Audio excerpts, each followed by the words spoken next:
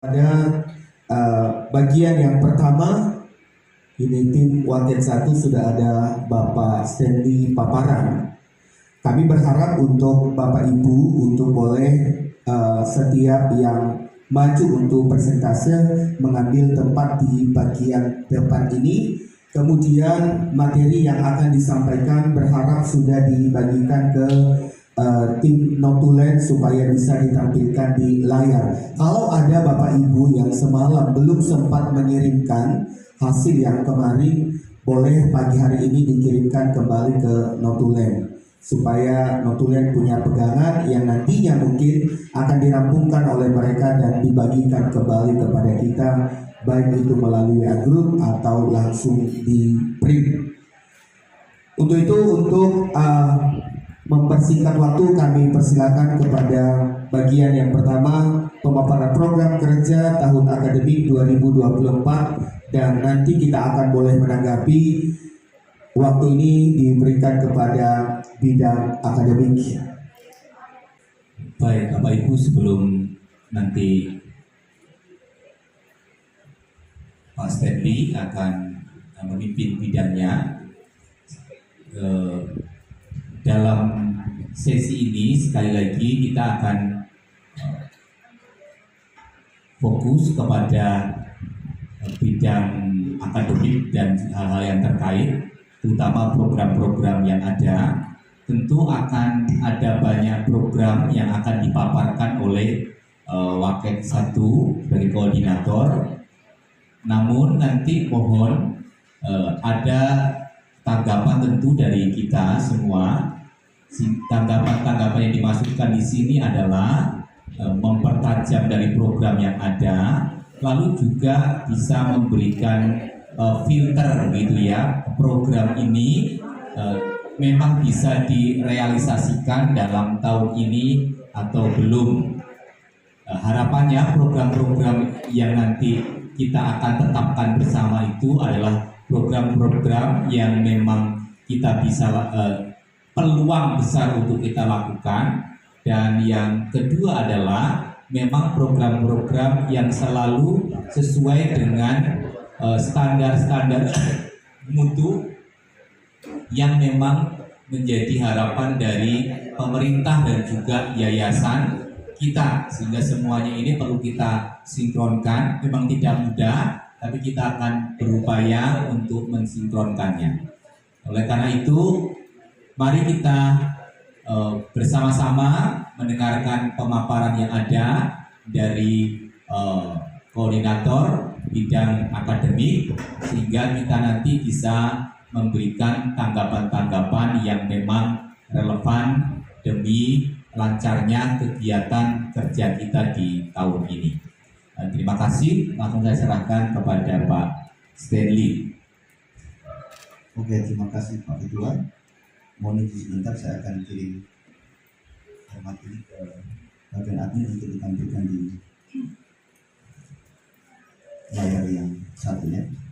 Mungkin bisa lihat semua kesini.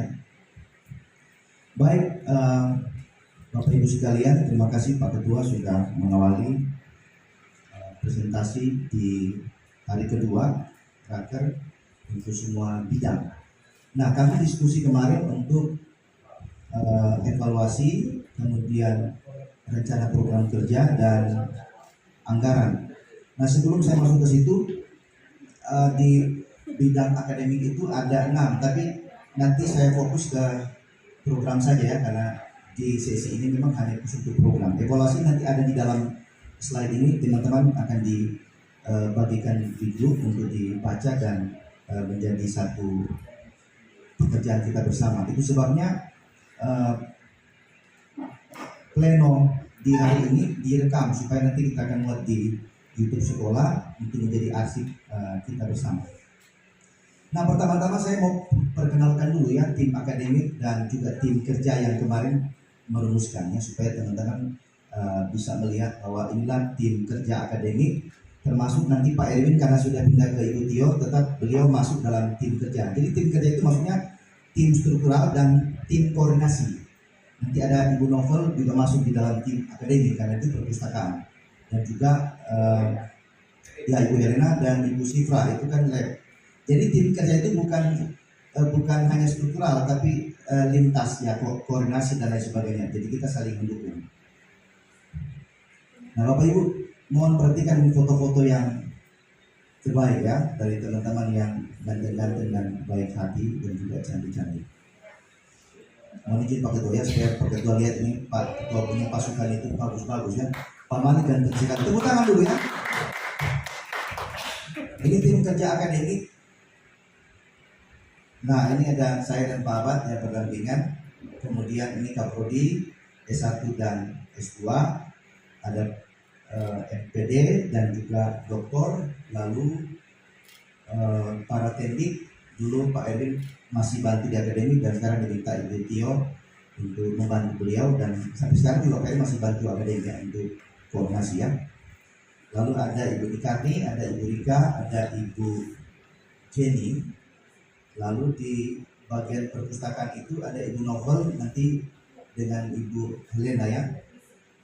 Ada di sini, ada Ibu Sifra di lab komputer ya, dan mungkin nanti di usulan program lebih ditingkatkannya komputernya, lalu bagaimana bisa memajukan supaya ada sedikit penghasilan dari lab komputer ya.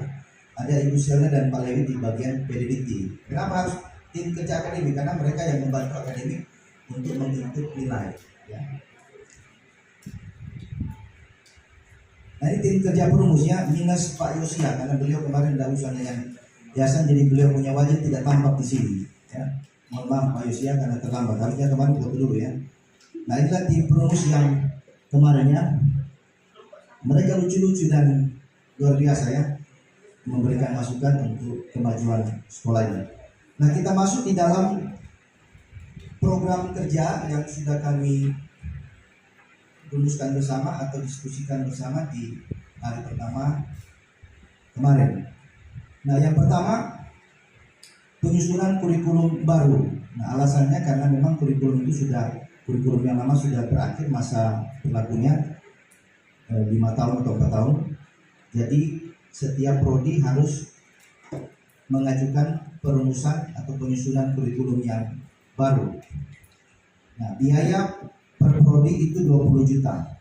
Nanti anggaran yang kami taruh di sini itu bisa dikonfirmasi lagi oleh wakil ketua dan pihak yayasan. Yang penting ada angka dulu ya. Jadi jangan berpikir ini terlalu mahal sekali. Nanti dulu ya. Tidak ada ruang untuk jadi berdebat ya, kan ini masalah uang pasti akan dikondisikan sesuai dengan uang yang ada, atau nanti pihak yayasan akan mengupayakan agar pengajuan anggaran ini bisa terpenuhi. Tentu penyusunan kurikulum kan harus undang stakeholder, undang alumni untuk membicarakan proses bagaimana kurikulum yang lama itu apakah masih relevan untuk dipertahankan mata kuliah khusus, atau kita akan ubah sesuai dengan kondisi yang ada di lapangan. Jadi prosesnya bukan cuma susun langsung jadi, tidak. Ada proses, kemudian mau undang pakar kurikulum kalau sesuai dengan mekanisme, ada pakar kurikulum. Nah, pakar itu datang kan biaya ongkos makan dan juga biaya kepakarannya harus kita hargai. Dan nanti soal nominal kita bicarakan bersama. Siapa yang bisa mengundang itu untuk semua prodi boleh juga, jadi satu aja kita bayar berapa juta begitu. Yang kedua, usulan kami adalah pembuatan book chapter per prodi ya, karena selama ini tidak ada prodi yang membuat book chapter untuk dosen home base. Ini salah satu agenda dari Pak Ketua, Pak Mosiwowo dan juga para wakil yang lain untuk meningkatkan kemampuan atau kepakaran dari setiap dosen home base. Dan ketika buku ini dicetak misalnya, maka akan dipakai untuk mata kuliah tertentu, sehingga mahasiswa diwajibkan untuk membeli, dan hasil itu kan bisa dibagi ke institusi, ada bagian, lalu dibagi kepada para penulis. Jadi kita mesti berpikir yang lebih efektif menghasilkan, bukan hanya kita suruh beli buku orang lain, mereka dapat untung dan kita rugi terus dan minus. Itu bisa kita pikirkan bersama ya. Book chapter ini maksudnya 15 juta ongkos cetak dan biaya penghargaan kepada para penulis. Bukan gratis ya, ini nulis kan dengan kepakaran, waktu yang diberikan, sehingga kontribusinya mungkin 700 atau 1 juta satu penulis. Jadi kalau dosen home base ada 7, ya 7 orang 7 juta misalnya, atau 800.000 dikali 7 berapa? Sisanya ongkos cetak. Supaya yang nulis juga diberikan penghargaan karena dia studi bayar juga. Jadi kita mesti belajar menghargai teman-teman yang menulis buku, berikan dia penghargaan dalam bentuk uang supaya dia bisa merasa dihargai. Tentu juga dia beli buku misalnya, uang keluar, waktu yang lain digunakan. Yang ketiga, bedah buku 10 juta per prodi, karena ini kemarin waktu bedah buku Pak Dr. Malik dananya sekitar 10 juta ya.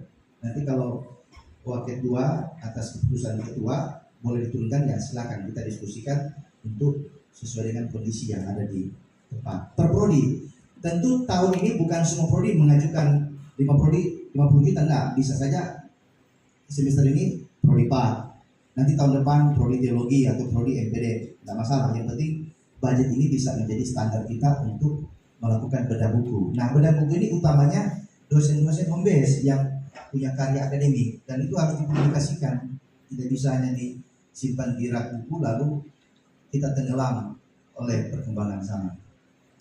Yang keempat, seminar kepakaran ini 10 juta per prodi. Maksudnya misalnya prodi doktor, siapa yang pakar misalnya, Pak Matius kepemimpinan misalnya, dan beliau menyampaikan materi tentang kepemimpinan dia dalam seminar kepakaran, dan itu dihargai ya. Tentu ada biaya makan minum untuk peserta dan sebagainya.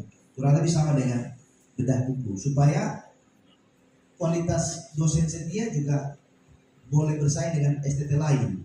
Seperti yang kemarin Pak Ketua, Pak Moses Wibowo sampaikan di Hot Barabu waktu ikut apa di STT Amanat Agung Natal BMTTKI ya.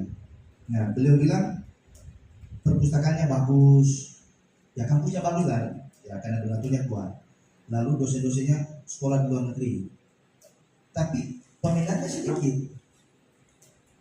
Nah, mereka dosen-dosennya sekolah di luar negeri, peminatnya sedikit. Nah, kita yang tidak sekolah di luar negeri hanya beberapa orang, tentu bisa juga bersaing dengan mereka. Ketika punya masa kan banyak, ada GKSI, ada alumni dan lain sebagainya.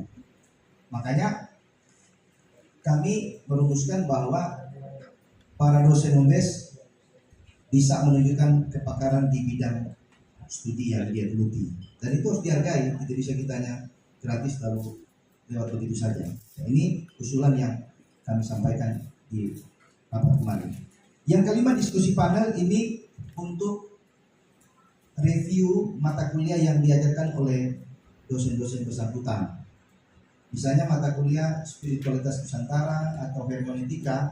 Jadi mahasiswa yang akan memberikan komentar mata kuliah ini seperti apa kegunaannya, apa manfaatnya, bagaimana itu bisa berlaku di tempat pelayanan, setelah lulus mata kuliah ini masih berfungsi atau tidak. Jadi mereka mencoba memberikan komentar terhadap mata kuliah yang diajarkan, supaya ada masukan bagi kita dosen-dosen, di mana kurangnya ya kita lengkapi. Karena review orang kan tidak selalu positif, jadi kita berharap orang puji kita. Tidak juga, dosen berhak menerima kritikan, karena kita bukan manusia sempurna, dan kritikan itu kita jadikan sebagai satu alasan untuk mereview mata pelajaran mata kuliah yang kita ajarkan, atau mengembangkan itu menjadi satu kualitas buku yang luar biasa. Jadi kritikan positif negatif itu bisa menjadi pemicu bagi kita untuk berkembang dan meningkatkan kepakaran kita. Jadi nanti ini mahasiswa yang bicara lalu ditanggapi dengan beberapa dosen prodi atau dosen base. Yang keenam, taman baca. Taman baca itu maksudnya begini. Beberapa kali saya kunjungi perpustakaan, mungkin pas saya datang mahasiswanya tidak ada begitu. Jadi jarang sekali terlihat mahasiswa baca buku. Mungkin karena lingkungan di sini atau bagaimana, ya masih orang punya tafsiran sendiri. Jadi taman baca itu bisa di luar kita membuat di mana orang-orang bisa baca buku di situ. Ya, sambil mungkin minum kopi dan sebagainya. Nanti ada bunga-bunga yang dibeli atau ada semacam atap kecil begitu supaya terlindung dari sinar matahari, dan orang bisa diskusi teologi di pohon misalnya ada taman. Jadi mungkin lebih enak diskusi itu daripada di dalam ruangan ini misalnya.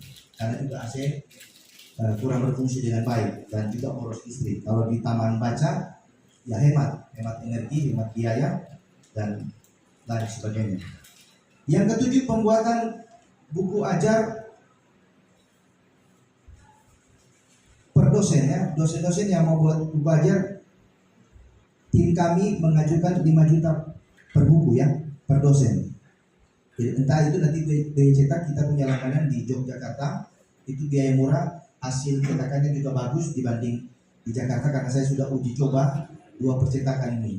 Di Jakarta kurang bagus lalu mahal, di Jogja bagus murah. Jadi kita pilih yang di Yogyakarta. Jadi teman-teman yang mengupgrade bahan ajarnya boleh dibuat buku. Nah, kalau di beberapa perguruan tinggi atau tradisi para teolog seperti Herman Bavinck, itu 20 tahun dia mengajar baru dia buat buku. 20 tahun. Buku teologis dogmatika reform itu 20 tahun dia ajar baru dia jadikan buku, karena dia berkembang dalam setiap diskusi di kelas, dia mendapatkan banyak masukan dan itu ditambahkan di bukunya. Jangan baru 6 bulan langsung jadi buku ya, itu biasanya masih boleh jadi tapi dari segi keilmuan belum terlalu matang gitu. Seperti jagung yang belum siap panen dipanen, karena ilmu itu kan terus berkembang dan banyak penelitian yang dilakukan itu bisa kita masukkan dalam buku. Minimal mungkin setahun atau 2 tahun baru jadikan buku ajar. Setelah dosen itu 4 semester berdiskusi di kelas, masukan-masukan, tanya jawab, diskusi dengan mahasiswa, itulah yang ditambahkan di dalam bahan ajar kita. Nah, kecuali bahasa Yunani, dia punya format yang berbeda. Kalau diskusi doktrinal, diskusi etika Kristen yang sifatnya teoretis dan aplikatif, itu bisa di atas 1 tahun baru dijadikan buku ajar.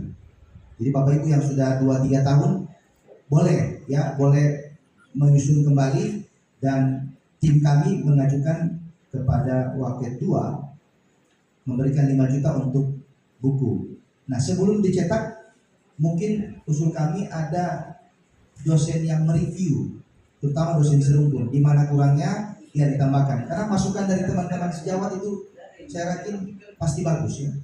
Misalnya Pak Malik, Dr. Malik sudah menyusun buku hermeneutika, sudah dibedah buku. Kalau beliau membuat buku yang baru, beliau bisa kasih ke teman sejawat, minta tolong dong direview buku saya, di mana kurangnya biasa tambahkan. Kan itu bagus. Jadi percakapan antar dosen serumpun itu bagi saya bukan satu aib, tapi satu persahabatan yang saling mendukung satu dengan yang lain.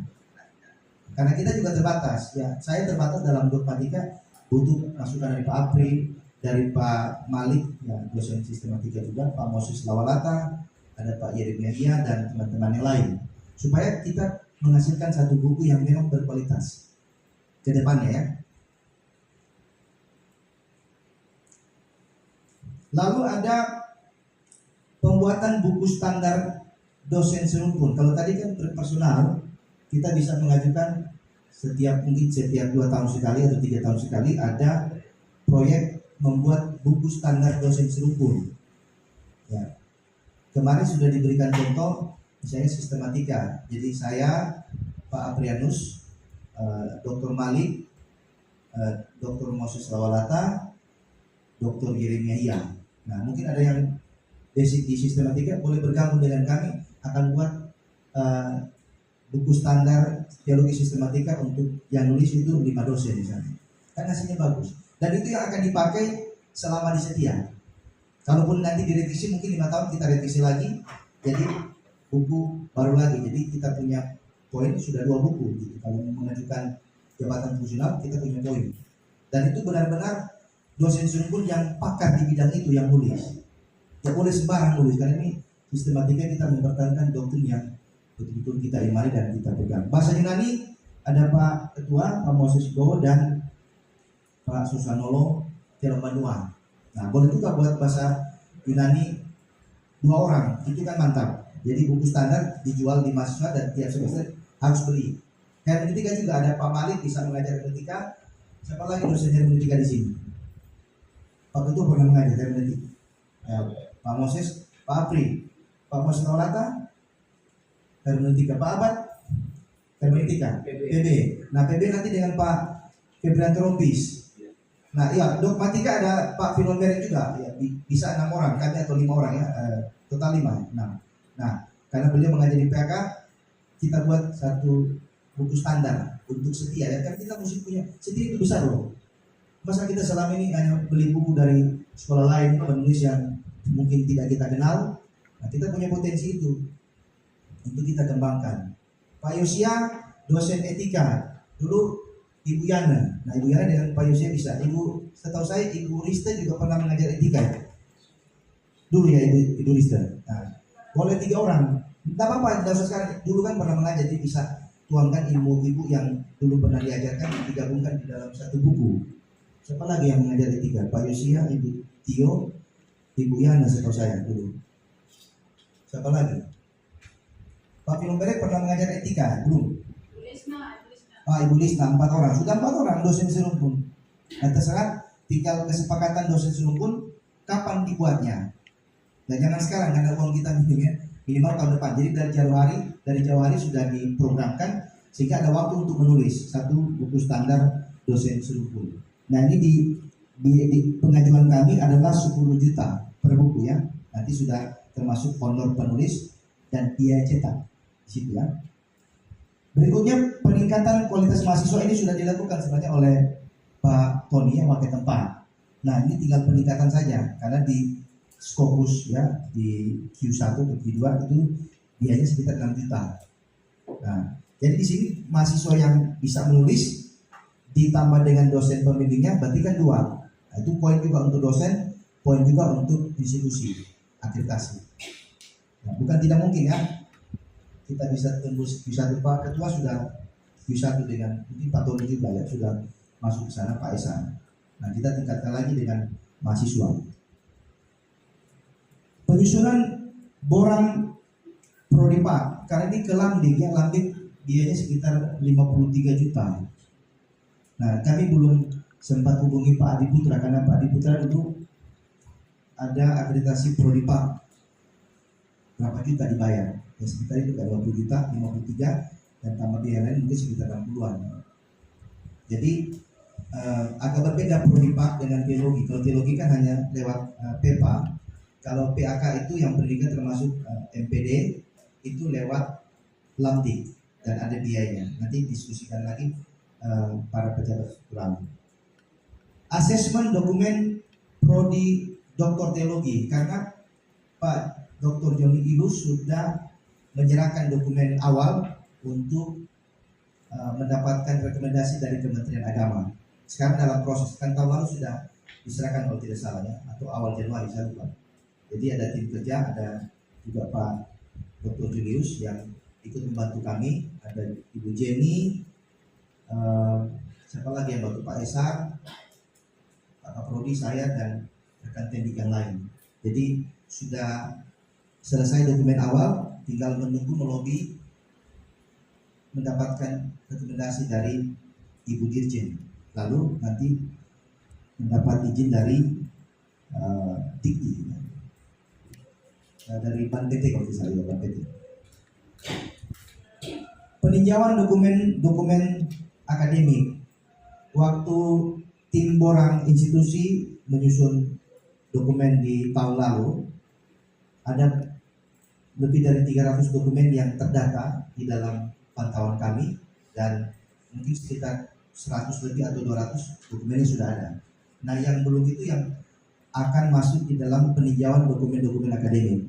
Dokumen mana yang belum ada itu akan dibuatkan oleh tim kerja akademik supaya nanti ada pergantian waket-waket, dokumen itu sudah ada. Yang belum ada kita lengkapi, yang sudah ada kita revisi atau kita pertahankan. Itu diskusi kami kemarin. Pembuatan katalog dosen itu masih program, belum ada biaya karena biaya cetak itu tergantung ketebalan dari buku. Nanti mungkin ada diskusi lanjut dengan Ibu Dr. Juliana Kase mengenai biaya pembuatan katalog kalau sudah lengkap. Karena di dalam katalog dosen ini dan juga termasuk katalog tendingnya, dosen-dosen itu sudah ada nomor ID Scopusnya, Google Scholar-nya, kemudian Sinta ID-nya, kalau ada juga lupa saya itu yang kemarin. Pokoknya semua informasi tentang dosen, jabatan fungsionalnya, dan studinya, kemudian karya-karyanya, buku-buku, artikel-artikel yang dipublis Sinta 2, Sinta 3, Q1 dan sebagainya, itu akan tercantum di dalam katalog dosen. Jadi ketika mahasiswa baru masuk, katalog itu akan dibagikan, dan uang yang pembelian buku itu langsung dipotong dari PPP, langsung masuk ke kas sekolah. Jadi setiap dibagikan kepada mahasiswa baru ada biaya, misalnya biayanya 25.000 katalog itu. Nah, 25.000 dari uang PPP itu langsung disisihkan ke wakil tua, jadi masuk ke kas sekolah, bukan ke wakil rakyat, nah, langsung ke kas sekolah. Jadi kita ada pemasukan di setiap tahun melalui katalog dosen dan katalog tenaga kependidikan. Dan yang terakhir, Famili Setia ini program tahun lalu ya, masih kepemimpinan Pak Dr. Julius Bilo, dan waktu itu yang mensurvei lokasi itu ada Pak Yosia Belo, Pak Pendeta Febila Teropis, dan saya. Nah, kami bertiga mensurvei Bumi Gumati ya, kemudian lari ke ada beberapa tempat kami pergi, lalu nyasar di Seruni. Nah, di Seruni kami bertiga pulang malam ya, sudah kemalaman dan lelah banget. Mau beli durian tidak jadi kami ya, gara-gara tidak ada uang ya. Ada uang sebenarnya, kami pura-pura tidak ada uang ya, karena lewat juga. Nah, apakah nanti kita sepakati program ini dilanjutkan? Nanti kita diskusi bersama ya. Budget yang diusulkan adalah 150 juta dan destinasinya di Yogyakarta.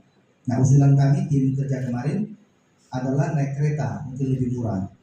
Beberapa biayanya pergi pulang, dan cari satu lokasi yang hijau, misalnya di pegunungan yang bisa menginap banyak orang, misalnya di Bungalow atau di tempat yang mana kita bisa melakukan acara kebersamaan untuk keluarga besar setia, mewujudkan program Arstamar Gebilang. Ikan hiu makan terasi. Cukup sekian dan terima kasih. Ada yang diperlukan?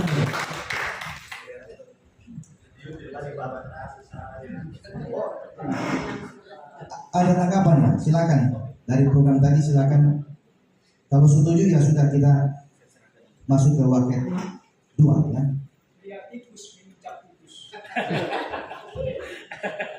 Baik Bapak Ibu, demikian presentasi dari kelompok 1. Untuk itu yang seharusnya bertugas ini ada moderator. Kalau saya lihat di dalam SK kita itu ketuanya adalah Bapak Dr. Julius Thomas Bilo, kemudian Pak Filmon, kemudian Dr. Nehemia, Dr. Moses, dan Ibu Novalia Pasaribu.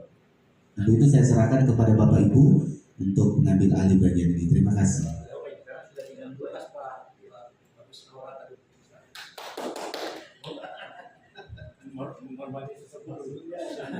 Langsung boleh maju di depan moderatornya. Selanjutnya nanti Pak Firman. Dimulai dari sepuh.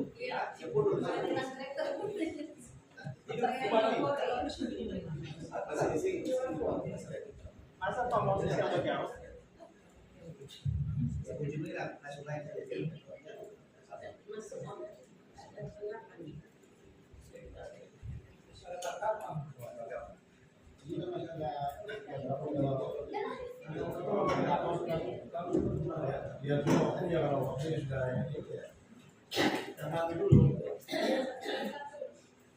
Saya juga satu.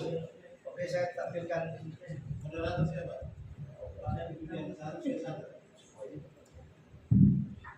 Ya, baik, selamat pagi Bapak Ibu sekalian. Kita sudah mendengarkan paparan dari Wakil Ketua 1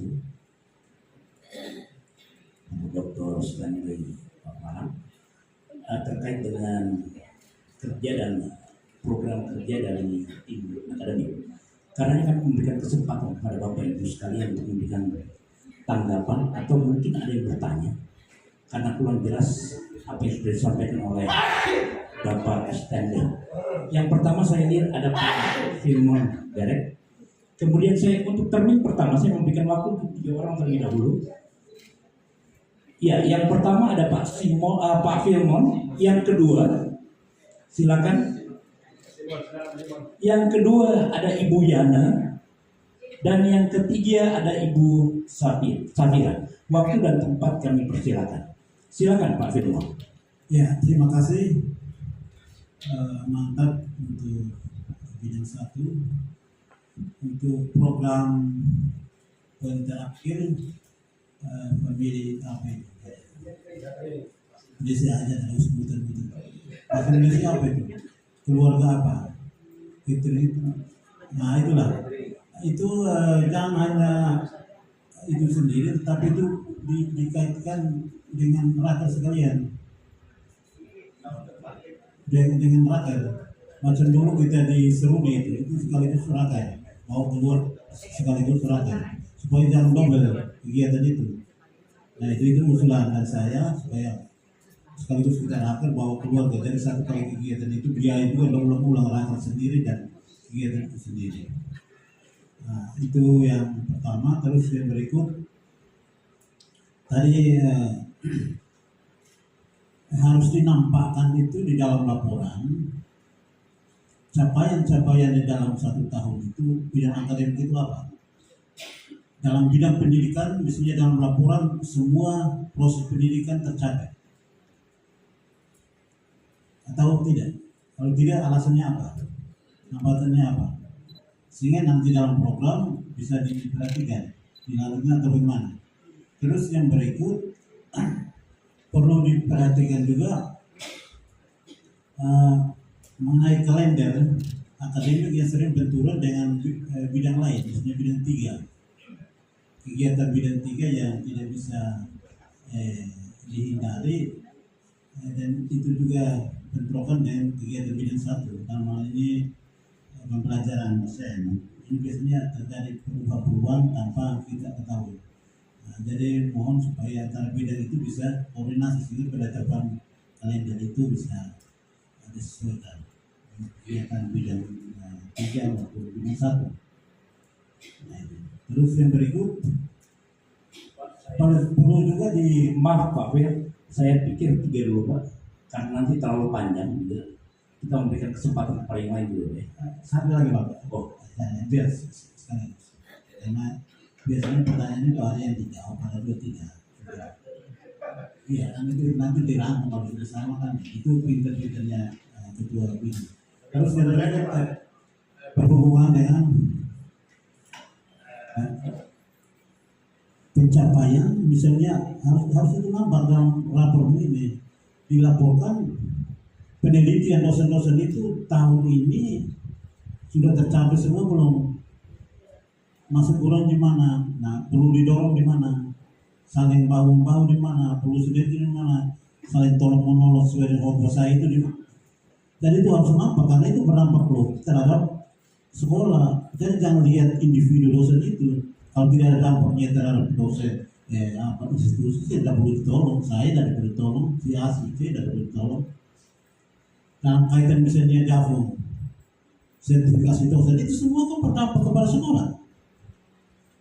Terus kamu biarin teman yang lain, kalau dia tidak ini kan itu mengurangi. Nah hal-hal begini yang perlu kita evaluasi dan perhatikan.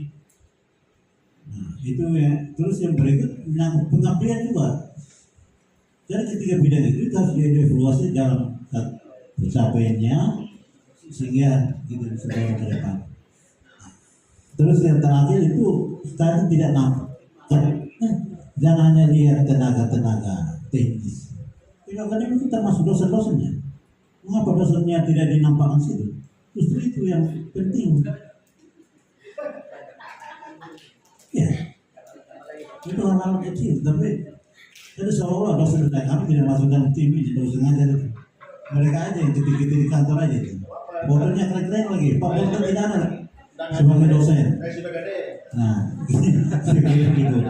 Ya, jadi terima kasih ya Pak Moses. Kembali, terima kasih. Hormat. baik, terima kasih Pak Fir. Untuk saya memberikan kesempatan kepada Ibu Yana sebagai penanya kedua. sekaligus dengan Ibu. Ya, terima kasih Pak Moderator, dan ini hanya sebagai usulan saja. Tadi di dalam bidang ini kan juga terkait dengan perpustakaan, bagaimana untuk meningkatkan minat mahasiswa buat membaca, belajar, berdiskusi, dan lain sebagainya terkait hal-hal akademis. Maka ada satu pemikiran dari hasil kelompok 1 kemarin itu adalah mengadakan taman baca atau beberapa titik di lingkungan ini untuk taman baca. Ide yang bagus sih sebenarnya itu, dan entahkah itu akan masuk di dalam program jangka pendek, menengah atau panjang juga kita tidak tahu. Namanya program, mana yang nanti akan terrealisasi secepatnya dan mana yang tertunda karena tentu terkait dengan pembiayaan. Usulan terkait itu juga untuk meningkatkan minat mahasiswa belajar, membaca, mereka lebih menekuni hal-hal akademis itu adalah juga menyangkut perpustakaan ini. Saya ingat benar bahwa pada waktu akreditasi, apakah prodi atau institusi pada waktu lalu, itu ada satu masukan daripada asesor bahwa kan ditanya tentang bagaimana aksesibilitas daripada mahasiswa dengan perpustakaan. Berapa banyak waktu mereka gunakan berada di perpustakaan untuk studi baik itu studi mandiri ataupun studi yang terkait dengan dari suatu mata kuliah begitu. Nah, itu memang dikasih tahu bahwa kami ada studi manakala mereka tidak ada pada waktu belajar siang, tidak ada jadwal kosong atau dosen berhalangan, maka mereka bisa masuk perpustakaan. Lalu kemudian nanti pada waktu malam, karena waktu itu masih ada kegiatan studi terpimpin, itu mereka juga gunakan waktu jam 7 sampai jam 9 atau setengah 10 itu mereka berstudi di kebanyakan ada beberapa tempat dan juga perpustakaan dibuka untuk mereka gunakan. Ya, mereka sih katanya sih bagus gitu. Tetapi waktu mereka lihat perpustakaan itu, mereka lihat ya ini perpustakaan sudah bagus, besar dan lain sebagainya. Tapi memang kondisi di perpustakaan ini tidak nyaman, kurang nyaman. Secara luas sih bagus, jumlah buku juga mereka lihat harus ditingkatkan lagi sesuai dengan kebutuhan prodi-prodi yang ada. Tetapi dari segi kenyamanannya, usul saya atau sumbangsi pemikiran saya bahwa memang harus berkonsentrasi untuk perpustakaan ini, bagaimana membuat perpustakaan ini menjadi nyaman, perpustakaan yang sangat nyaman. Bahkan waktu itu si asesor itu bilang, nggak apa-apa dia tidur, dia masuk perpustakaan dan dia ketiduran di perpustakaan pun no problem. Dia bangun, dia lihat buku-buku, dia akan baca buku. Dengan sendirinya lama-lama akan mempola. Dan dia akan tertarik untuk mengunjungi perpustakaan daripada nongkrong di luar, nggak jelas dan lain sebagainya. Masuk perpustakaan karena adem, dingin dan lain sebagainya. Lihat situasi belajar sekelilingnya orang, teman-teman belajar, pasti dengan sendirinya dia akan termotivasi untuk belajar. Jadi kembali bahwa poin saya adalah ini penting untuk bagaimana membuat perpustakaan ini menjadi nyaman. Memang itu semua menjadi pembiayaan yang sangat besar manakala misalnya diperlengkapi dengan AC yang cukup.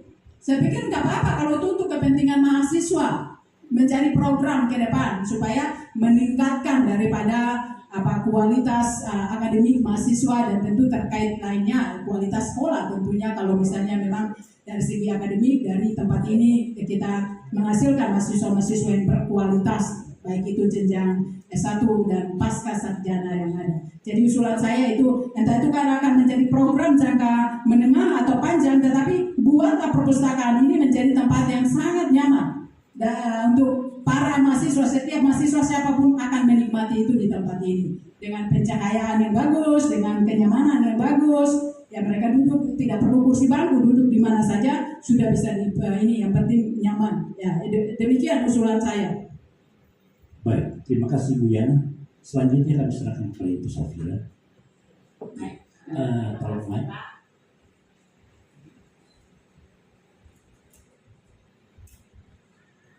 Terima kasih Pak Moderator untuk kesempatannya. Terkait dengan pemaparan program dari bidang atau wakil 1, Yang pertama dari beberapa program yang sudah dipaparkan, kurang lebih ada 7.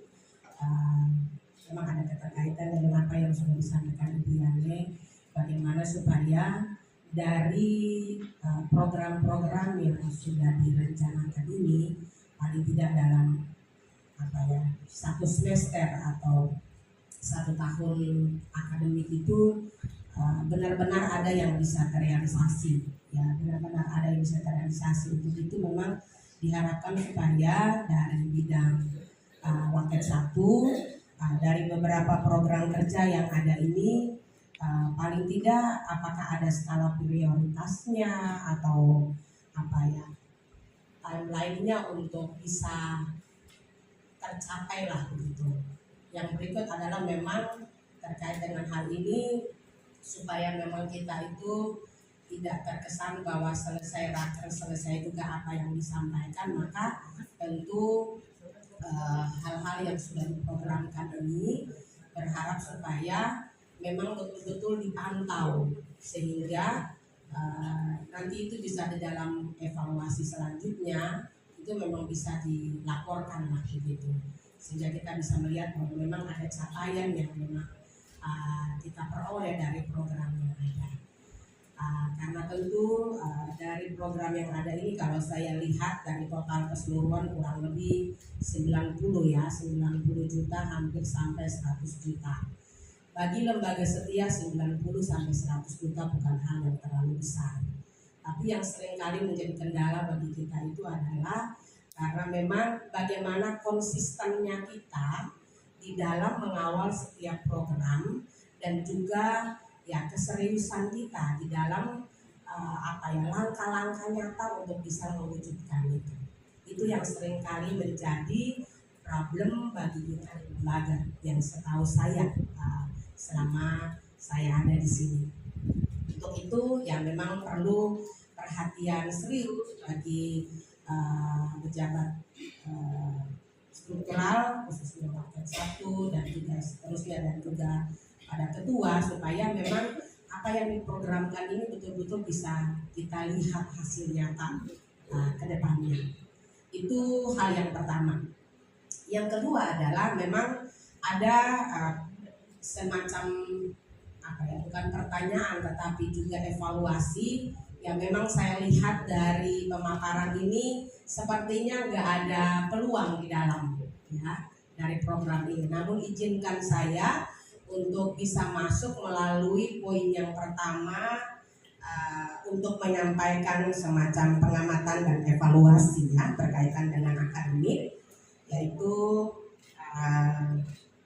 ya mungkin di kurikulum kali ya.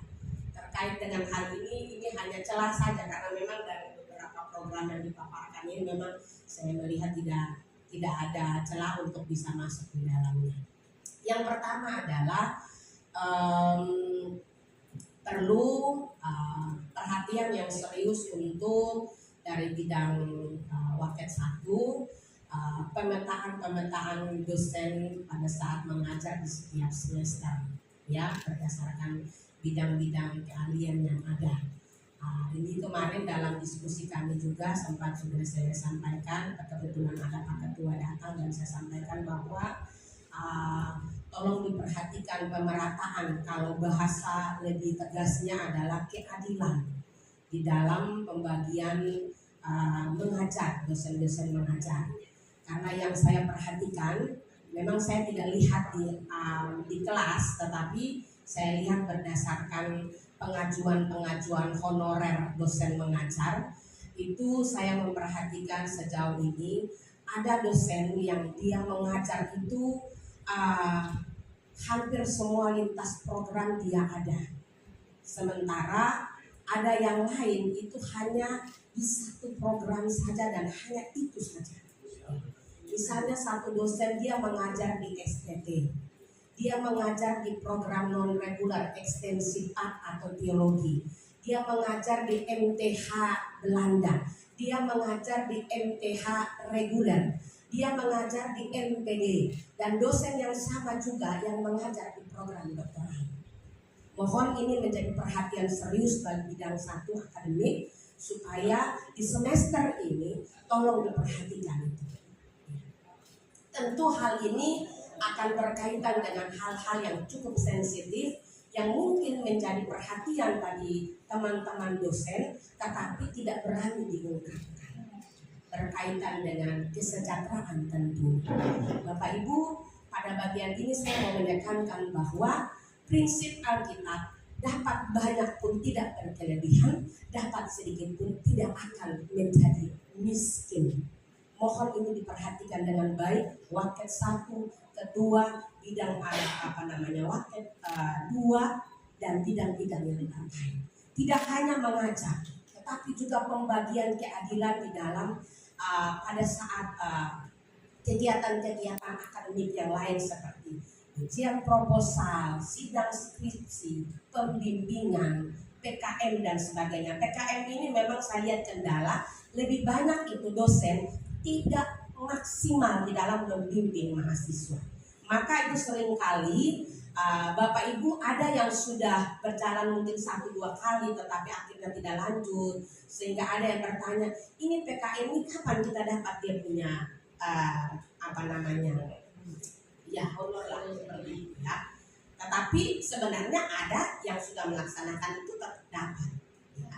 Tentu sesuai dengan angka-angka kebijakan yang sudah sudah disepakati bersama, berapa ke dosen pengampunya dan juga berapa ke ke lembaga untuk kebutuhan operasional kita. Itu yang pertama ya, berkaitan dengan keadilan ya, pemetaan yang merata untuk pengajarannya setiap semester ya. Tolong diperhatikan, berharap bahwa di semester ini itu berkurang ya. Karena ini sudah cukup berlangsung cukup lama, maka semoga saya bisa konsen lagi untuk itu. Kalau semester ini tentu akan saya tegur ya, dalam kapasitas saya sebagai bagian dari pengurus yayasan. Yang pertama. Yang kedua adalah pemantauan dari Waket 1 terkait dengan tanggung jawab masing-masing dosen dalam tugas mengajar. Sekali lagi, saya tidak melihat di kelas, tetapi saya melihat berdasarkan absen mengajar Bapak Ibu dosen. Ada yang 1 bulan itu hanya 1 kali tatap muka. Bapak Ibu, kalau saya melihat fingerprint yang dibuat sama Fasmani, itu saya menangis. Karena apa? Kalau seperti ini, apa yang diterima oleh siswa-siswi kita? Berapa banyak yang mereka serah? Dari sisi ilmu sangat miskin. Dan yang kedua, dari sisi karakter pelajar apalagi. Mohon diperhatikan ini Bapak Ibu. Untuk semester kemarin, saya tidak akan menyebut nama, tetapi saya menyampaikan bahwa akhirnya kami mengambil kebijakan bahwa dosen yang memang dia tidak bisa memenuhi kewajibannya dalam mengajar itu ya secara maksimal, itu kami potong honornya. Ada yang hanya diberikan GPD saja, ada yang GPD pun hanya 50%, ada yang memang take home pay tetapi kita kasih 50%. Itu sudah kita lakukan. Dan untuk semester ini juga ada beberapa nama yang sudah saya sampaikan kepada Pak Ketua ya, supaya tolong diperhatikan dengan baik. Ingat Bapak Ibu, kita terima tugas tanggung jawab di tempat ini tentu dengan kesadaran penuh. Kesadaran penuh. Betul seperti khotbah Bapak Matius kemarin bahwa ketika mau menuntut seseorang untuk benar-benar full bertanggung jawab di lembaga ini, ada bahasa yang disampaikan. Kalau saya sendiri Pak, tidak masalah. Tetapi sekarang ada mulut istri, ada mulut anak. Maka itu menjadi beban pergumulan. Tetapi Bapak Ibu yang terkasih, mohon maaf, mungkin saya salah menilai. Terkesan yang saya perhatikan selama ini, sepertinya induk kita ini hanya menjadi sampingan buat kita. Padahal di sini kita home base. Ya. Sisa-sisa waktu kita yang kita berikan di lembaga ini itu sangat miris sekali. Saya bisa memperhatikan kehadiran Bapak Ibu melalui CCTV di depan. Jam berapa datang, kemudian pergi, dan kemudian jam berapa lagi datang. Saya bisa perhatikan karena memang CCTV di depan itu memang seminggu dan itu saya bisa lihat di situ. Jam berapa datang, kemudian kemana, dan kemudian jam berapa datang lagi.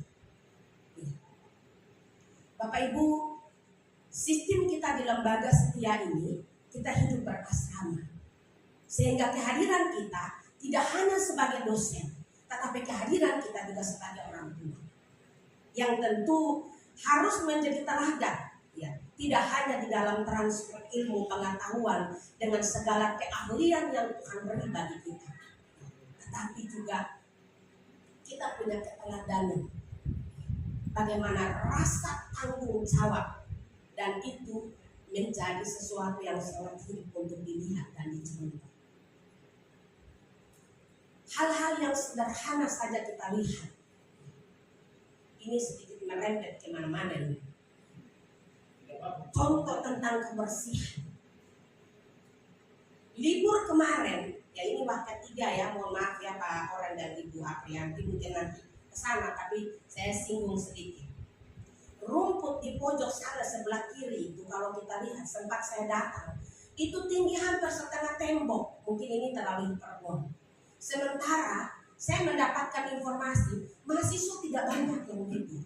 Lalu mereka ngapain?